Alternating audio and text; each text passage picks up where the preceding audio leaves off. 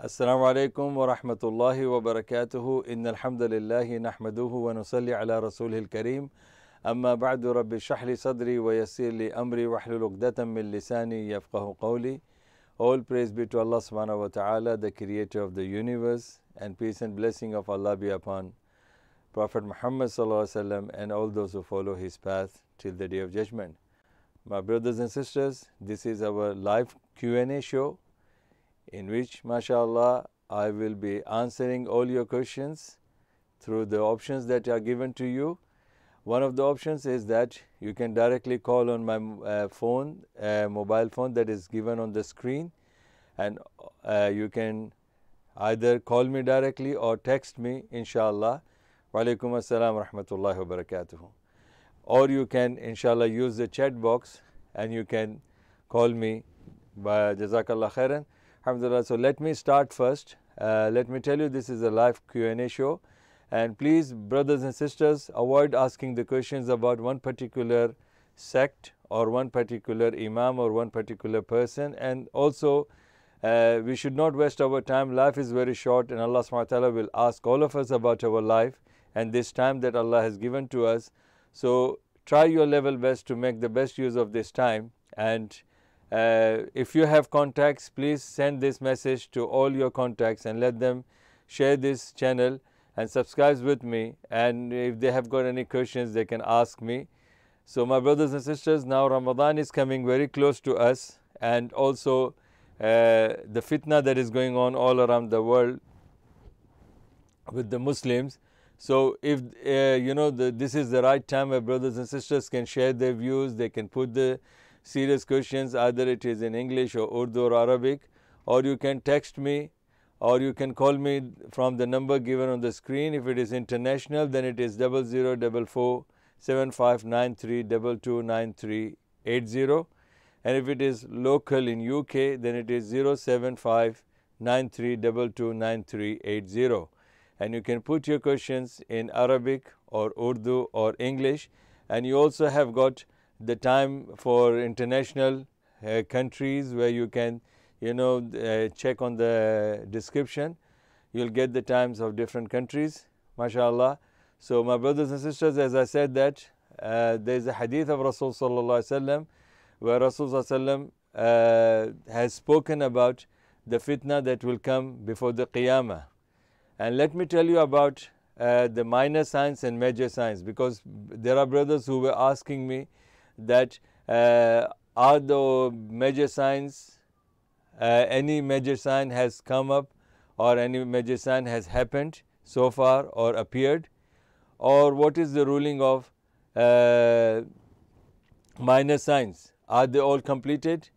So let me tell you, my brothers and sisters, first of all, when we talk about minor signs has got no number limit, which means something that has already happened during the time of Rasulullah or from the time of Prophet Muhammad till today.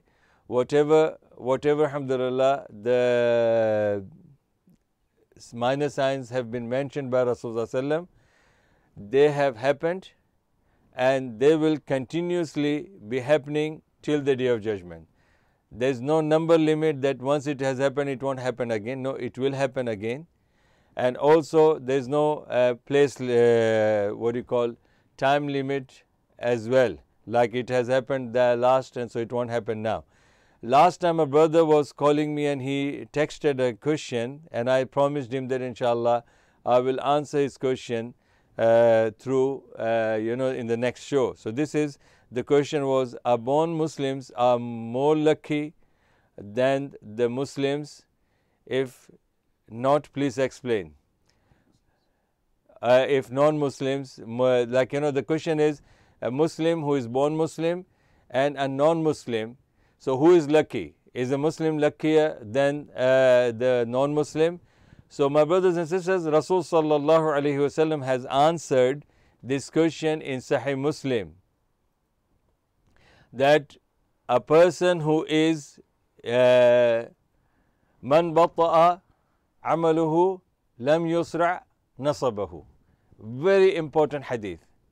Man batta'a amaluhu lam yusra' nasabahu. And this can be used even for this context as well. What do I mean by that?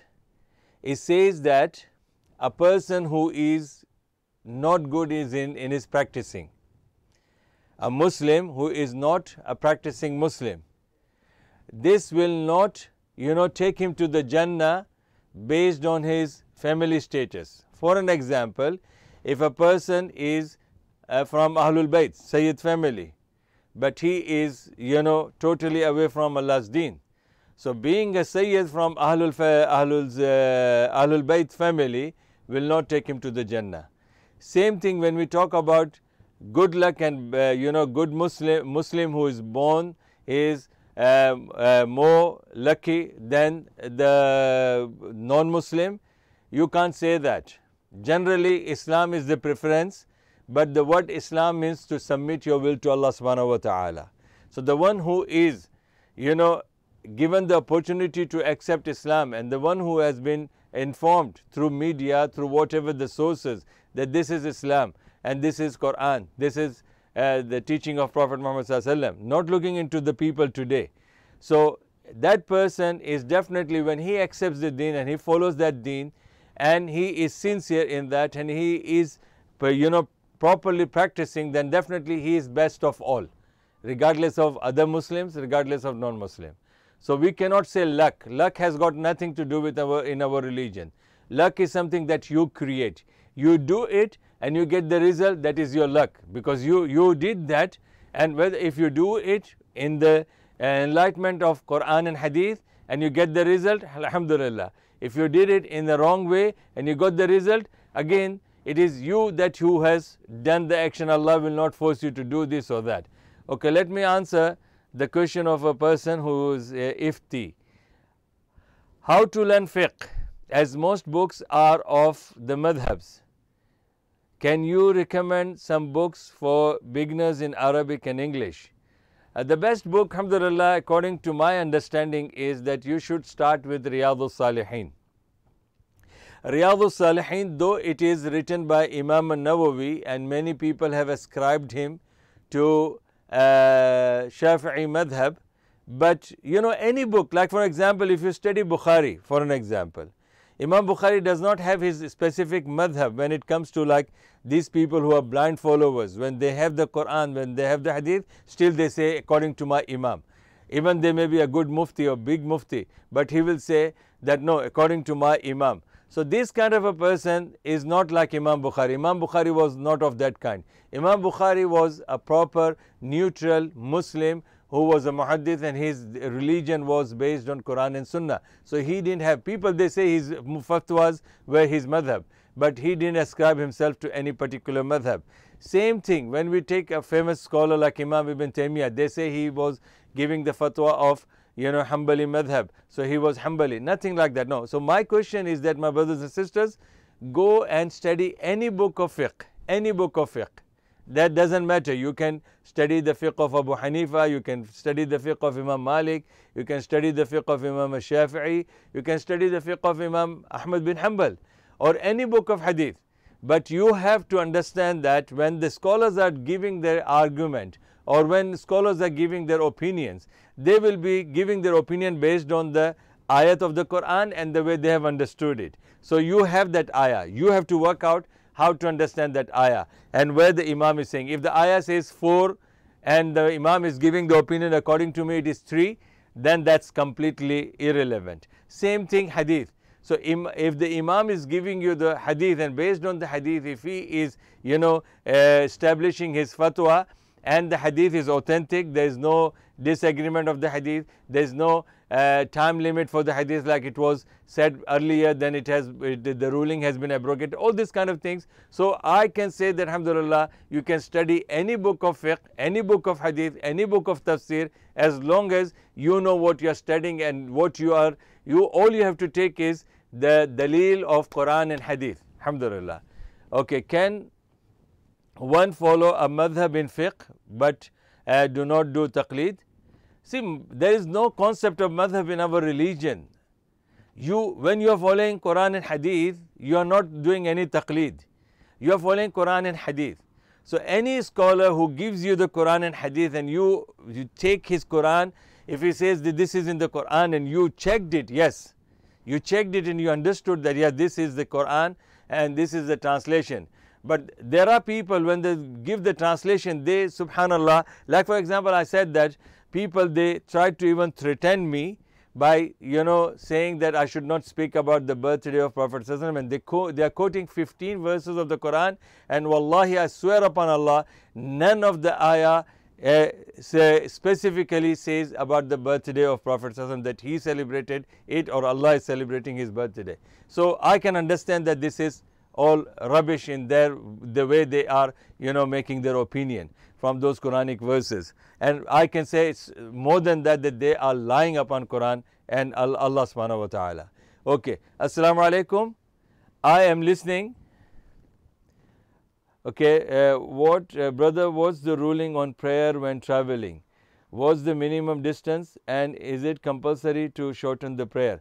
Okay, alhamdulillah, first of all, Rasul sallallahu alaihi wasallam did not say any distance. Rasul sallallahu alaihi wasallam did not say any distance that you have to, or Muslim, when you are traveling from your house for the 30 miles, then you have to shorten your prayer, or you are traveling from your house. So even Quran speaks about musafir. Quran speaks about the status of a person who is a resident and a status of a person that changes from residence to a traveler. So when you are, whether it is a short distance, long distance, doesn't matter. You go by the Quran, go by the Hadith. When you are a traveler, then definitely you are eligible, it is permissible for you to shorten. It's not must, or it's not like you have to. If you don't shorten it and you pray all your complete prayers, full prayers, still inshallah it is valid. So it's not compulsory, but it is a concession given to you that when you are a traveler, you will find it easy to sort out your timing. So at the time of the prayer you can shorten your prayer. Otherwise it's not compulsory. If you have enough time and you are easy with your traveling, alhamdulillah, there is no restrictions to that. So there is no time limit mentioned in the Quran, distance, and there is no distance mentioned by Rasul sallallahu alaihi wasallam. It was all understood by the Sahaba that Rasul sallallahu alaihi wasallam traveled from Medina to that distance and then he started shortening.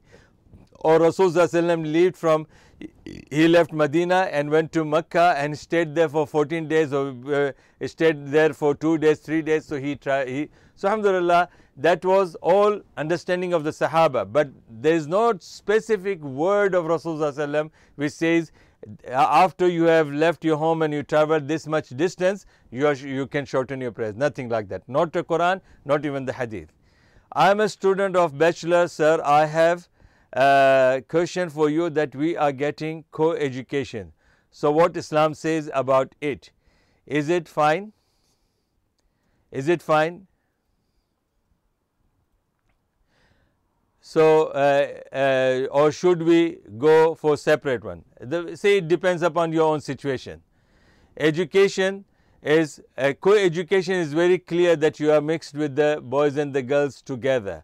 Sometimes you are studying like all the students could be male and female together. Sometimes the male teacher is teaching the female students or female teacher is teaching the male students. This is all counted as co-education. So I will say that alhamdulillah, it depends, because now the situation, first of all you have to see what education you are seeking. What is your goal behind that education? What do you want to serve? Are you doing this only for you? Are you a slave of dunya or slave of Allah? I will not say directly it is halal or haram.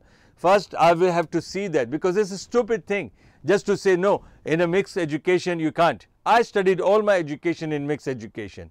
But my purpose was what? I was teaching deen. I was teaching academic subjects. I was teaching, how a person can be civilized in a, civilized country. So this is my purpose. And I had no intention that I will be flirting with the women or I will be compromising with my limits of halal and haram in Islam. Never. I never ever did that kind of thing in my, career of a teaching. Alhamdulillah. I was a student in co-education.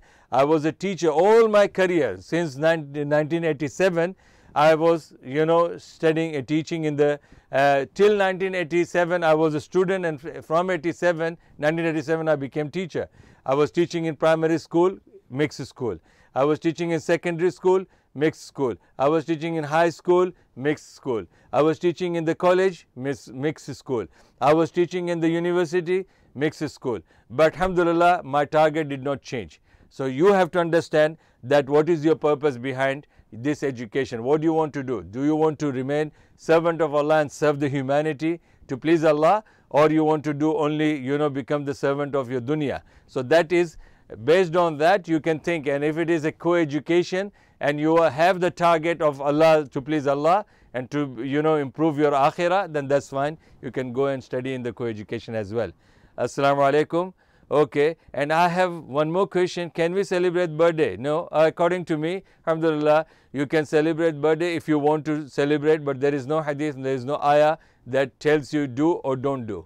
Alhamdulillah. But somebody tells me we have to celebrate Prophet's birthday, that cannot be possible for me, because I don't know any Quranic verse that say you have to, says that you have to pray, celebrate his birthday or celebrate. Normally all the scholars, those who are following seriously about Deen and Quran, and they don't want to compromise with the dunya, they always say that celebration, whether your celebration, whether your children's celebration, whether your marriage anniversary or this or that, all these celebrations are actually nothing but has come from strangers and non-Muslims, not from Islamic practice. Okay. So the brother Samir, is Witter, is in Witter, is Qunut said before ruku or after ruku, and can Qunut be left sometimes and read other times?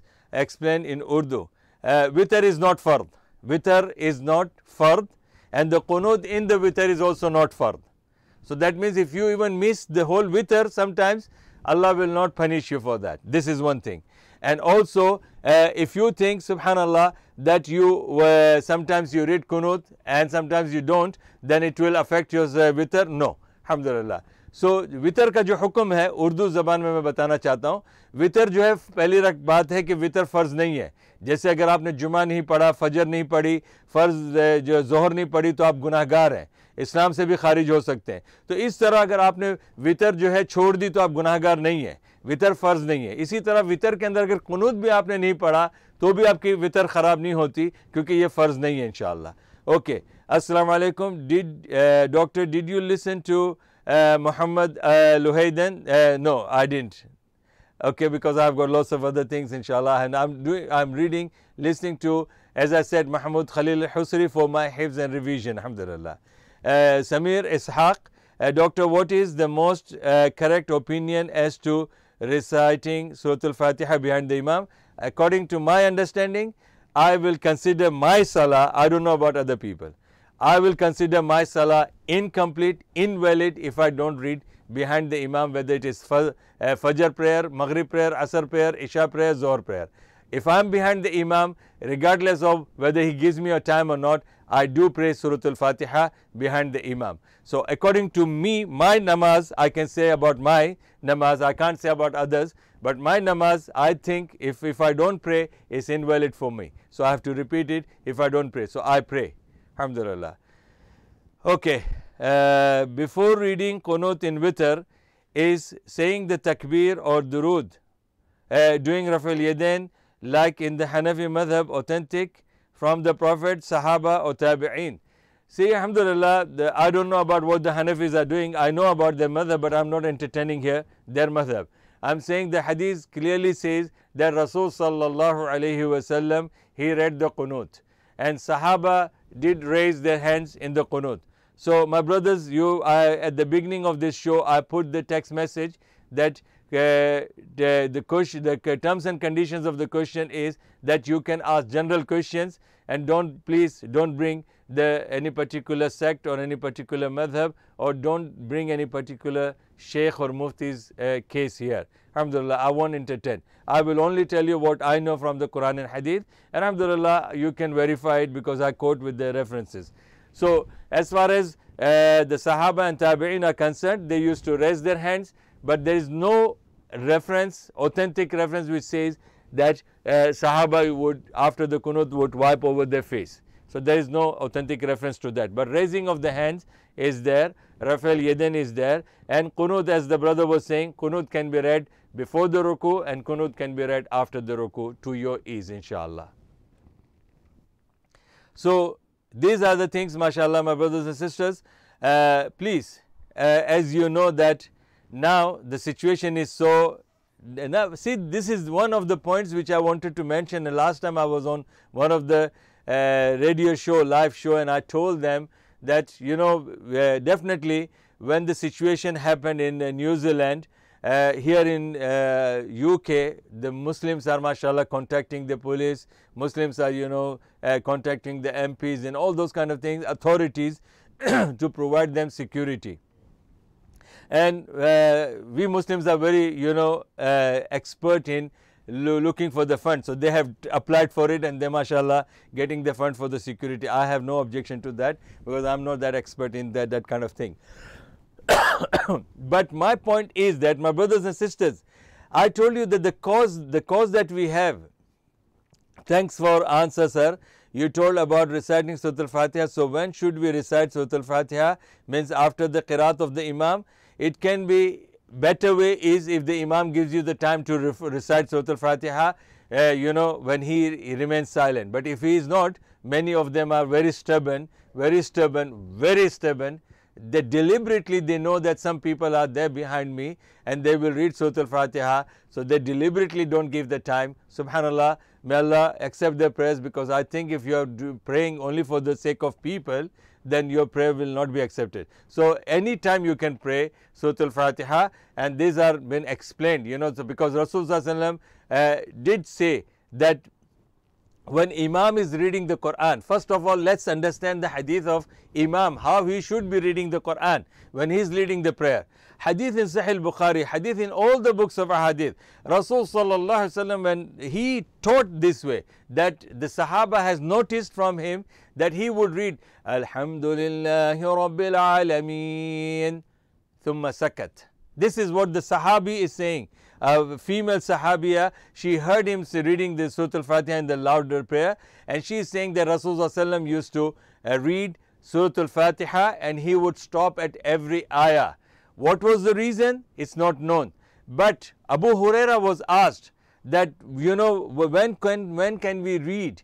Then Abu Huraira was, his student asked him, and Abu Huraira is Sahabi, is not Mufti, subhanallah, of today, is not following blind followers of any madhab. And hadith in Sahih Muslim, he was asked the same question and he said, Iqra fi nafsika ya Farasi.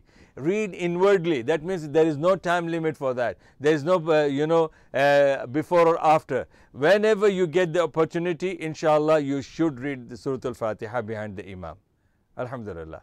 So, as I said, my brothers and sisters, this what has happened, okay, in prayer, can we fold trousers? No, you don't have to fold the trousers, because if you believe that the trousers, you know, where it is because to you know, unfold you uncover your ankles because you are standing in front of Allah subhanahu wa ta'ala, and you are thinking that there is a da'if hadith, not authentic hadith.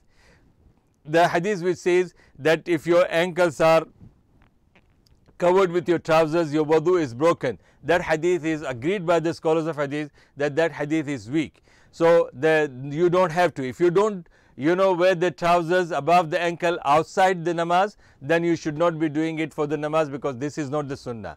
ये सवाल पूछा गया है कि जो लोग नमाज पढ़ते हैं तो नमाज में जो पैंट के जो ट्राउज़र के जो नीचे का जो हिस्सा होता है, क्या उसको हम फोल्ड कर सकते हैं, और जो है हमारे जो टखने होते हैं उसको खुला रखना चाहिए। तो मैंने कहा कि सबसे पहली बात तो ये है कि जो हदीस अबू दाऊद में आई है कि जिसमें लिखा है कि जो शख्स के टखने जो है कपड़े से ऊपर से ढक जाते हैं तो उसका वज़ू टूट जाता है, ये हदीस सारे उलमा के नज़दीक जो है ये ज़ईफ़ हदीस है, इसकी कोई यानी सनद सही नहीं है। दूसरी चीज़, ये अबू दाऊद में है लेकिन हदीस ज़ईफ़ है। तो इससे हम हुक्म नहीं लगा सकते। दूसरी ये चीज़ मैंने बताई है कि अगर इंसान जो है नमाज के बाहर ऐसे कपड़े पहनता है जिससे उसके जो है टखने ढके हुए रहते हैं, तो नमाज में ये ढकने खोलने की कोई ज़रूरत नहीं है, क्योंकि ये कोई नमाज के लिए नबी पाक सल्लल्लाहु अलैहि वसल्लम के ज़माने से साबित नहीं है। दूसरा ये है कि मैंने हदीस पढ़ी है जो बुखारी के अंदर है कि नबी पाक सल्लल्लाहु अलैहि वसल्लम जो है एक बार नमाज इस्तिस्का नमाज कुसूफ पढ़ाने के लिए जब निकले घर से, तो आपने जो ऊपर की जो चादर ओढ़ी थी वो इतनी लंबी थी कि सहाबी कहते हैं कि वो ज़मीन से घिस रही थी। तो इसका मतलब ये था कि आपके पूरा जो है पैरों तक वो चीज़ ढकी हुई थी। तो इसमें कोई फ़र्क नहीं पड़ता। अल्हम्दुलिल्लाह, बिस्मिल्लाह।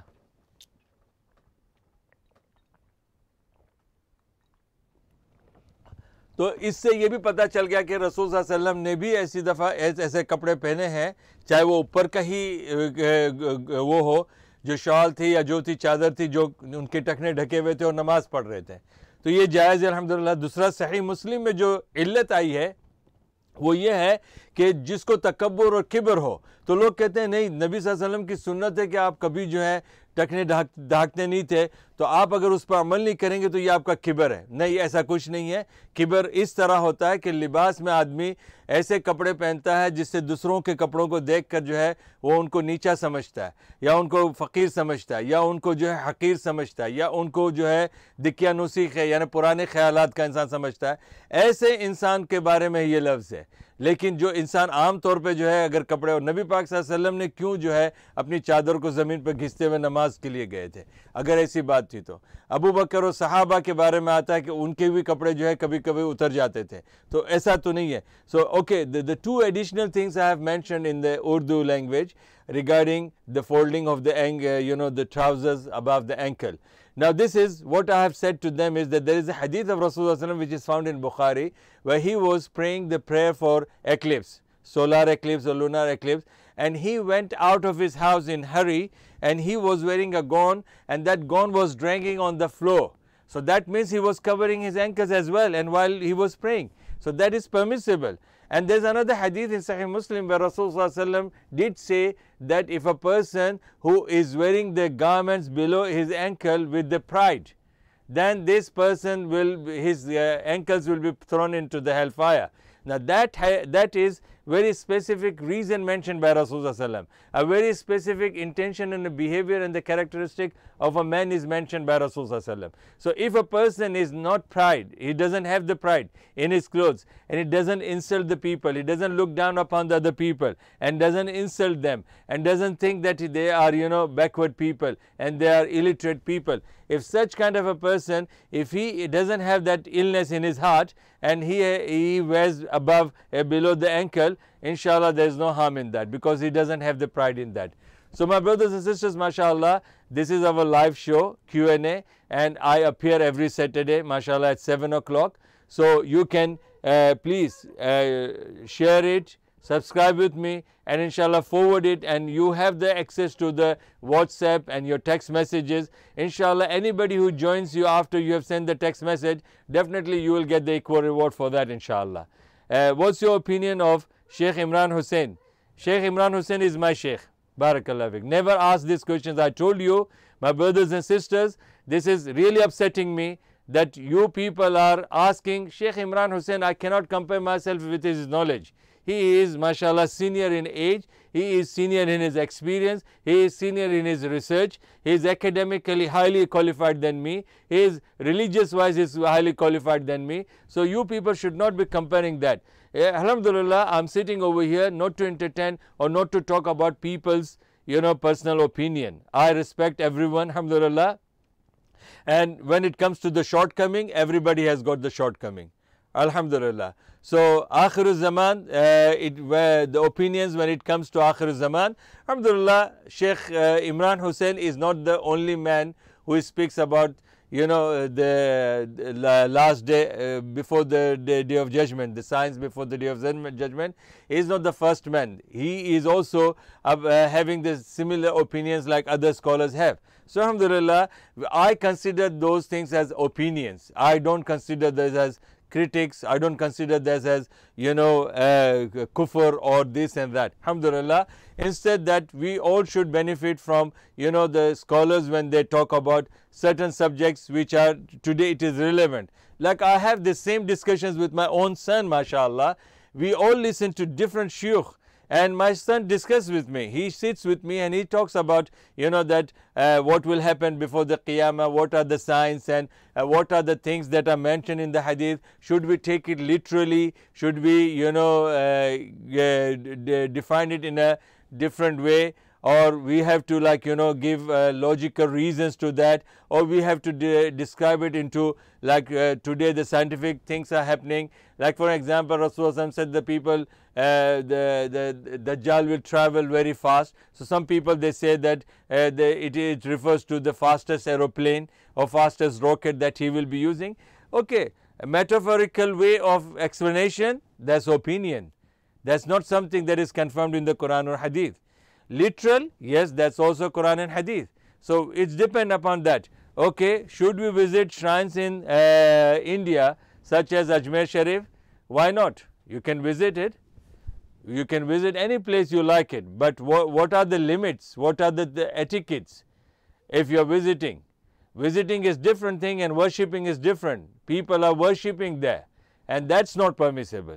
Worshipping in the front of the grave, worshipping or bowing and prostrating to the mazar of the Ajmer and shrine of Ajmer, that's not permissible. That you can't do that, because you can't do the sajda to anything except Allah subhanahu wa ta'ala.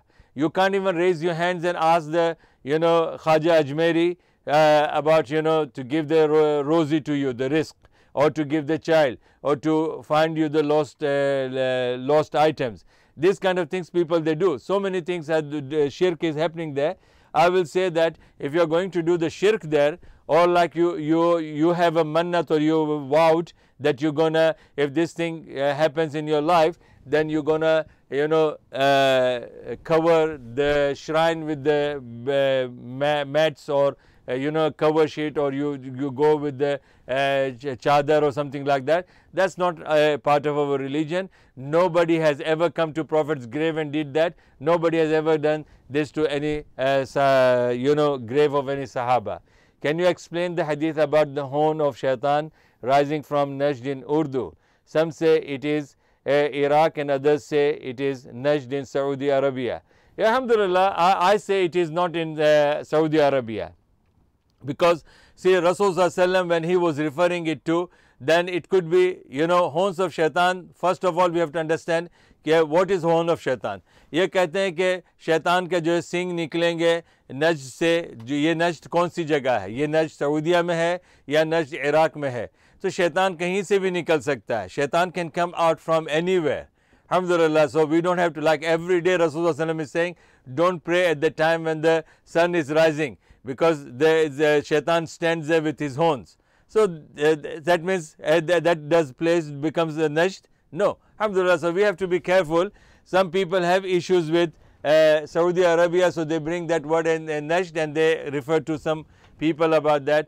Or some people they have issues with Iraq. So alhamdulillah, I don't consider this kind of thing as very important to that. So shaitan is can come out anywhere from any place, subhanallah. But certainly he will not be able to enter Makkah and Medina at that time, before the time when Isa alayhi salam will come. Bismillah.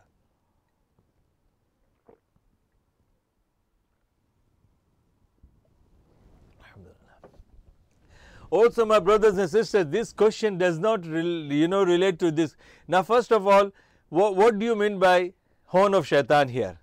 You have to go back to the real understanding. Rasulullah while he was praying, shaitan was disturbing him in the namaz, and that's in Medina, and that's in the namaz, and that's with Rasulullah. And shaitan was also disturbing the Sahaba. So if this can happen in Medina with the Sahaba, so why the question is so important for the people about Najd? लोग कहते हैं कि जो है नज्द के अंदर ये शैतान का आना जो है या अपने सिंगों के साथ निकलेगा, इसकी क्या खूबी है? सूरज के सामने जो है हर वक्त नबी सल्लल्लाहु अलैहि वसल्लम का कि जब सूरज तुलू होता है और सूरज गुरूब होता है तो शैतान वहाँ खड़ा होता है अपने सिंगों के साथ. इसीलिए वो दो वक्तों पे नमाज पढ़ना मना किया गया है. इसी तरह अगर हम देखते हैं कि नबी पाक सल्लल्लाहु अलैहि वसल्लम मस्जिद नबवी के अंदर मदीना के अंदर अपनी मस्जिद के अंदर नमाज पढ़ रहे हैं, शैतान डिस्टर्ब कर रहा है। तो क्या ये चीज़ मुमकिन नहीं है? सुभान अल्लाह। और इसी तरह जो है नबी पाक सल्लल्लाहु अलैहि वसल्लम के सहाबा भी मस्जिद नबवी के अंदर नमाज पढ़ रहे हैं और शैतान डिस्टर्ब कर रहा है। तो शैतान वहाँ भी मौजूद हो सकता है, तो फिर क्या है ये? तो इसी तरह जो है कितने सहाबा ने कहा या रसूलुल्लाह हमको वसवसे होते हैं, हमें बुला देते हैं नमाज, तो नबी सल्लल्लाहु अलैहि वसल्लम कहा ये शैतान करवाता है, तो तुम्हें जो है सज्दे सहू करने नमाज में, ताकि वो शैतान और शर्मिंदा हो जाए। तो ये सब चीज़ें मुमकिन है मक्के और मदीना के अंदर, तो फिर जो है नश्त का क्यों इशू बनाया हुआ है? ओके, व्हाट इज़ हलका? हलका जो है एक सर्कल है, जनरल वर्ड मीनिंग जो है हलका मतलब सर्कल, इस तरह जैसे सर्कल होता है। लेकिन अगर इसको हम लोग स्टडी सर्कल कहें, if we say it like a study circle, then it means के जो those people who are studying to get together in the like a circle and learning, you know, with one sheikh, sitting with one sheikh or discussing about Quran or hadith like that. Okay, sheikh, do you go to the gym? Yeah, alhamdulillah, I love to go to gym. Alhamdulillah, I do swimming, I do sports, and alhamdulillah, you may find that my body is not, you know, justifying to that, but alhamdulillah, this is a very personal question, but I don't mind answering this, that if somebody wants to try me, I'm most welcome. I can, you know, welcome them if they want to try me, alhamdulillah. Some idiots are there on Facebook, they were laughing at me when I said that, okay, we can have a physical training. So because of that, they think that this person is like, you know, with big stomach and big body, so he is not a man with the gym. That is not necessary. You can see international sumo wrestlers, they are body-wise, if you can see them, but how fit they are in the wrestling, you can compare them. So never just estimate this kind of thing. Okay, what's the next question? Sheikh, what is the cure for OCD waswas? A'udhu billahi minash shaitanir rajim. This is the best which you can, you know, keep on saying that with understanding. And whenever you have this kind of a waswasa, always say raditu billahi rabban wa bil islami deenan Wabi Muhammadin Nabiyan. This kind of OCD is a mental disease, I know that, and it is, you know, creating a waswasa. A person is always in doubt whether it is, you know, the things are unclear to that person, and always the person is uncertain and he has got doubts is actually most of the time things which they see normally, they don't actually be in real, and they keep on repeating in their mind. All these kind of things are there. But alhamdulillah, the best thing is A'udhu billahi minash shaitan rajim. And the best thing I can ever say is that change your environment, because your environment will definitely will have impact on your mind. What do I mean by that? If you are like now you are watching my program and just you went out to pray your namaz, believe me, in your namaz you will see me like this. That's waswasa. Because this was what you, when you left, this was there in front of your eyes. No, Sheikh, I don't. No, Sheikh, I don't mean personal. I just thought I need to go as well. Yeah, alhamdulillah, if you are in Luton, join me, inshallah. I go for swimming as well, alhamdulillah. Does smoking shisha or hookah break your fast? Yes, definitely. According to my understanding, जो लोग cigarette पीते हैं, शीशा पीते हैं, हुक्का पीते हैं, उनका रोज़ा डेफिनेटली रोज़ा टूट जाएगा, क्योंकि ये नशा है, और नशा जो है ये रोज़े की हालत में अगर कोई करता है तो ये जो है उसका रोज़ा टूट जाएगा. Can we study Darul Ulums in Darul Ulum? Yes, why not? There is no harm in studying there. They will teach you, mashallah, Dore Hadith, Dore Tafsir. They will teach you, you know, different madhahib, and they will teach you specific one madhab, so you can be expert in that, and later on they won't change you in the sense that you can't become, you know, they won't make you like a brainwash, or you have to only do that. That's a way of, mashallah, educating yourself. Alhamdulillah, it's an opportunity if you study in the Darul Ulum. Some of my teachers that I studied under them, they mashallah studied in India in Darul Ulum. They have studied in Deobandi madrasas, they have studied in, you know, Nadwi madrasas, and they also studied in Saudi Arabia, and then they came to Dubai becoming the da'is, and I studied under them. So alhamdulillah, the deen is deen. whether you go in Darul Ulum, if they are teaching you Quran and Hadith, you follow Quran and Hadith. Rest of the things is your choice. You take them or you can reject them. But Quran and Hadith, definitely Darul Ulum will not teach you how to reject the Quran and Hadith. No, alhamdulillah, I will never think like that anybody would ever teach somebody like that. How can we prepare for Ramadan? To prepare for Ramadan, and I think too much, what can I do so I can have sukoon? The sukoon is that never keep your mind idle. Keep on doing something good continuously, even if it is little. Alhamdulillah, make up a plan and do little bit, everything. Keep your mind busy with something good, inshallah, and don't keep your mind idle. And don't waste your time with, joking and laughing and wasting. And don't keep your mind even sleeping all the time. Keep yourself active, inshallah, with the good cause. Alhamdulillah, and definitely you will get sukoon, inshallah. Try to help people. Try to help people. Try to help yourself if you are angry. Try to correct yourself if you make mistake. These are all peace of mind. These are sources by which you can get a peace of mind. How can we prepare for Ramadan? The best way is, alhamdulillah, from now you can start fasting, Mondays and Thursdays. And also, first is seek knowledge of, the purpose behind fasting. Purpose behind fasting is to achieve piety. And that means control your tongue, control your anger, control your behavior, change your mind and come close to Allah subhanahu wa ta'ala. Get habituated to reading the Quran with understanding. Learn Quran, study Quran, and if you get the chance, and start fasting. So these are all opportunities, mashallah, where you can prepare yourself for Ramadan. So this is the best way you can do. Okay, how to memorize Quran? Can you recommend an effective method? Yes, alhamdulillah, it worked with me. It worked with my children, mashallah. And the best thing is, first I will say, follow the first 3 steps of learning the Quran. First, learn the Quran in Arabic properly. Then try to understand its meaning. And then, alhamdulillah, accept it in the heart. And then repeat. Do the repetition. Like, learn the ayah. Only take one ayah and memorize it fully. Then move to the second ayah. And when you memorize the second ayah, don't go to the third ayah. Again, test yourself with first and second ayah. Then you go to the third ayah. And when you read the third ayah and you memorize the third ayah, then don't go to the fourth one. Go back to, mashallah, the first one.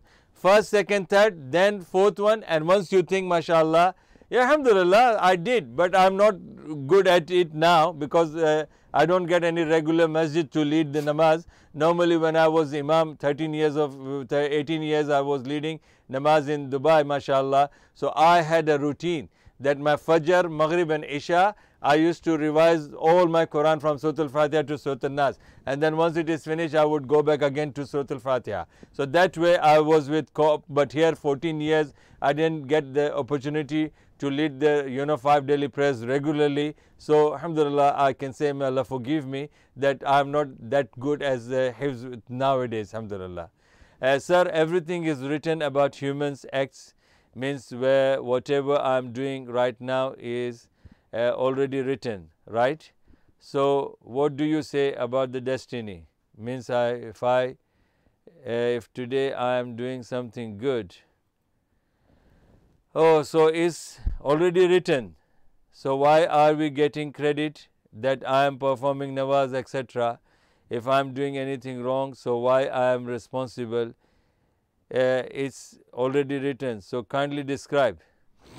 Okay, so my brothers and sisters, first of all, you don't know what is written for you. So don't get into this. Don't make this as an excuse. You don't know anything what is written for you. And everything that you do other than this Islamic things, believe me, I'm telling you this, my brother. Everything that you do other than the religious thing, you are doing using your brain. You are doing reasoning yourself. You are doing using your skills. You don't rely on the destiny. Here you don't say, no, I don't want to do this because if it is in my destiny, it will happen. No. When you are eating food, Because you are hungry, you are eating food. When you are traveling, because you need to travel. You don't rely on the destiny here. So why to say this? Now, why you are doing all these things? Because this is something that you have to do it. You don't know. Now you want to get the result. So how will you get the result if you don't do it? So you don't put this argument at all that everything is destined. Everything is destined not for you. It is with Allah subhanahu wa ta'ala. So for you, Allah has told you what to do. You do that and then wait for the result. This is what your destiny is. But if you don't do it, or you do it something different, and then you believe that this is what Allah has destined. Like for example, Allah told you, like the poison will kill you. And then you drink poison and then you are saying, okay, I died because Allah destined for me to die like that. No, who told you to drink the poison in the first place? Allah will never tell you to do something like that. So don't blame for what Allah has done. You don't know. It's between Allah and the destiny that He has destined. But Allah did tell you and me, every one of us, what to do and how to do. And also Allah gave us the result. Do this way, this will happen. Do this way, this will happen. So we have to do it. We don't have to say, okay, I'll just wait because it is like that. And for example, if somebody slaps you, will you remain silent? No, okay, this has happened, because Allah destined for me. No, you will react. Somebody takes away your money. Or like for example, if the council has stopped your benefits, you will say, oh, Alhamdulillah, I'm happy. Oh, my benefits are stopped because Allah had destined for me. No, next day you will be first one to stand in the queue with the paper. What happened? Why you have stopped my benefits? No.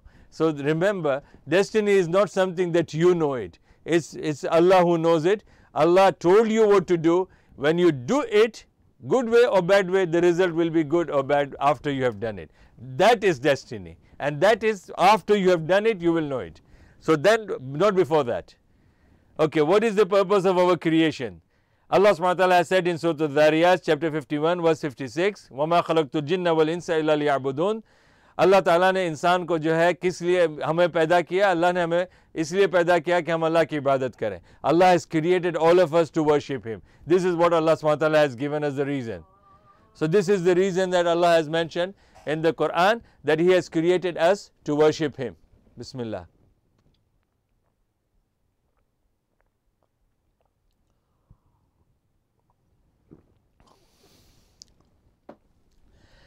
Okay. What reasons can we? Yeah, the dogs are allowed to keep only for safeguard. If you think that you are in a surroundings where you can be, your house can be broken by the thief or your house can be attacked, then alhamdulillah, these are all means by which you can, mashallah, have the dogs in your, trained dogs.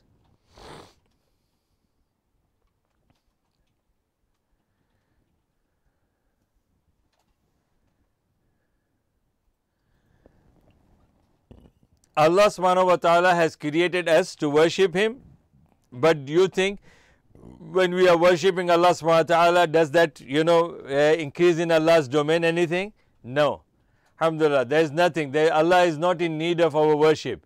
It's for our own benefits. Allah subhanahu wa ta'ala has, taught us that we come in this dunya. Of course, it is with Allah's permission. But Allah brought us in this dunya, and Allah has given us the choice to enjoy this life. Alhamdulillah, in a way that He has guided us. He has sent the scholars. He has sent the prophets and messengers. He has sent the books just for us, so that we can live in a very peaceful way in this dunya and prepare for the final destination in the akhirah. This dunya is temporary, and after sometimes this dunya will be perished. Kullu man alayha fan wa yabqa wajhu rabbika dhul jalali wal ikram. Everything will perish on this face of the earth, and only Allah subhanahu wa ta'ala will be left. So we have to go back, alhamdulillah, and what we did in this dunya, that will be judged on the day of judgment. This is why the day of judgment is. What about for sheep herding? Yes, of course you can keep for sheep herding as well. Inshallah, you can keep that. Alhamdulillah.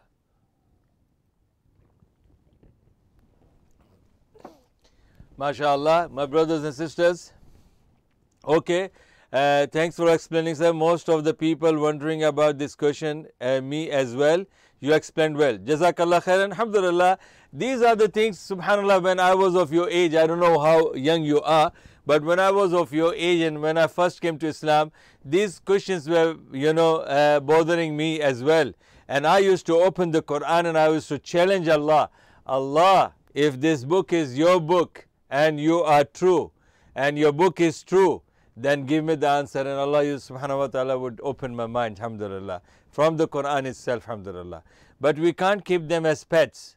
No, not in the house. You can keep them pets outside the house, and you have to be careful that the utensils should be different than your own, because it has to be separate utensils, separate cups and whatever the plates, whatever the things that they are using, the basket or anything, there has to be completely separate. And also the saliva is not pure according to our Islam, so we have to be careful that the saliva should not pollute our clothes, our place of worship, or this kind of things. However, whoever imitates the people is of them. Does this mean imitating religious things or anything like wearing clothes and celebrity birthdays, etc.? No, this hadith is general. This hadith is general, but specifically a man will be responsible if it is imitating of the religion, because we should not follow any other religion except Islam. Allah subhanahu wa ta'ala has said that inna ad-deena inda Allahi al-Islam, the religion in the sight of Allah is Islam. And Allah subhanahu wa ta'ala has said in Surah Al-Imran, وَمَنْ يَبْتَغِي غَيْرَ الْإِسْلَامِ دِينًا فَلَنْ يُقْبَلَ مِنْهُ وَهُوَ فِي الْآخِرَةِ مِنَ الْخَاسِرِينَ. Anybody who is seeking or living his life other than the Islamic style, other than the Islamic guidance, then it will be rejected by Allah subhanahu wa ta'ala and he will be amongst the losers. So this is generally this hadith, man tashabbaha biqawmin fahuwa minhum. It refers to first the religion. Any religious act that is imitated or brought into the religion of Islam from other religion, that's totally haram, and a person will become that. But when it comes to the cultural practice, like birthdays, it's a cultural thing. Now it is not a part of religion. People are taking it as even those modern Muslims, so-called modern Muslims, they do it and they have got nothing to do with Islam. But at the same time, we have to be, look behind the things, how we do. We have a mixing, we have a music. Our women are, adorning themselves like, subhanallah, those are the ones who are mentioned in the Sahih Bukhari, that Rasulullah went to the Mi'raj and he saw that some women with their metal nails scratching their faces. Rasulullah asked Angel Jibreel, why these women are doing this? So Angel Jibreel alayhi salam told him that these were the women who were adorning themselves to look beautiful, to seek that attention of the opposite sex. So these are the mixing gatherings, celebration, music, songs, and extravagance and money spending. All these kind of things can be used for good causes. Subhanallah, those people who are celebrating birthdays, they might be having some relatives who are widows. They might be having some relatives who are orphans. They might be having some relatives who are poor in their living style. Why don't people use that money to save that and help them? It is better than this celebration, subhanallah. At which masjid do you do your khutbah at? It is in Luton. There is a place called Darwah Community Research Center. That is the place I hired this. Alhamdulillah, I have been hiring it since 2008. I have been hiring that place, and it's not a masjid, it's a center, alhamdulillah.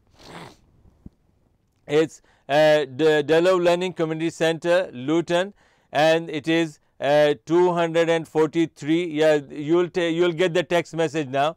This is the address of my place where, alhamdulillah, I deliver Jummah khutbah, and mashallah, 9-10 years, mashallah, The young boys are mashallah attending. We started with 20 people and now mashallah we have got 200 plus, and nobody could ever say that Shaikh Abdul Majid is is stopping us from going this masjid or that masjid or praying behind anybody, or Shaikh Abdul Majid picks up on the sects or madhab like that. No, I try my level best to teach them from Quran and Hadith, and even those audience, the Arab audience, I would tell them that look, my brothers and sisters, you are listening to me and you know that I quote from the Quran, I quote from the Hadith, and if I make any mistake, please correct me. So this is alhamdulillah I do. Okay, I am just 20 sir, I am listening you first time from Pakistan. Inshallah I will listen to you regularly, that would be helpful for me. I have a lot of questions as well inshallah. So my son mashallah, I have got mashallah 8 children and one of them is mashallah 22. The youngest boy is 22 mashallah. So you can mashallah put me any question you like, and I look forward to inshallah answer all your questions. So alhamdulillah, because you will be safe in this channel, all of you will be safe, my brothers and sisters. All of you mashallah, you will be safe. Why? Because I am not fundamentalist in that sense. I am not extremist in that sense. I am not terrorist. Alhamdulillah. Alhamdulillah. I fear Allah before I make other people fear me, or I don't terrify anybody. I fear Allah first. Alhamdulillah. So this is the best thing I always talk. Alhamdulillah. You are in the safe hands. MashaAllah. People will enjoy and they will learn the deen. Alhamdulillah. And if you have got any suggestions, you're most welcome. If I made any mistake, I would definitely will correct myself. Okay, now we have come to the end of the show. I'm going to take one more last question, and inshallah we'll close the show and we will meet again inshallah if Allah gives us a life, then I will meet you next Saturday inshallah at the same time. If it gets too difficult to pray on time, can we combine? Yes, definitely. There is a hadith in Sahih Muslim that Rasulullah did pray in Masjid al-Nabawi, Zohar Asr together and Maghrib and Isha together. And Abdullah bin Abbas was asked that what was the reason.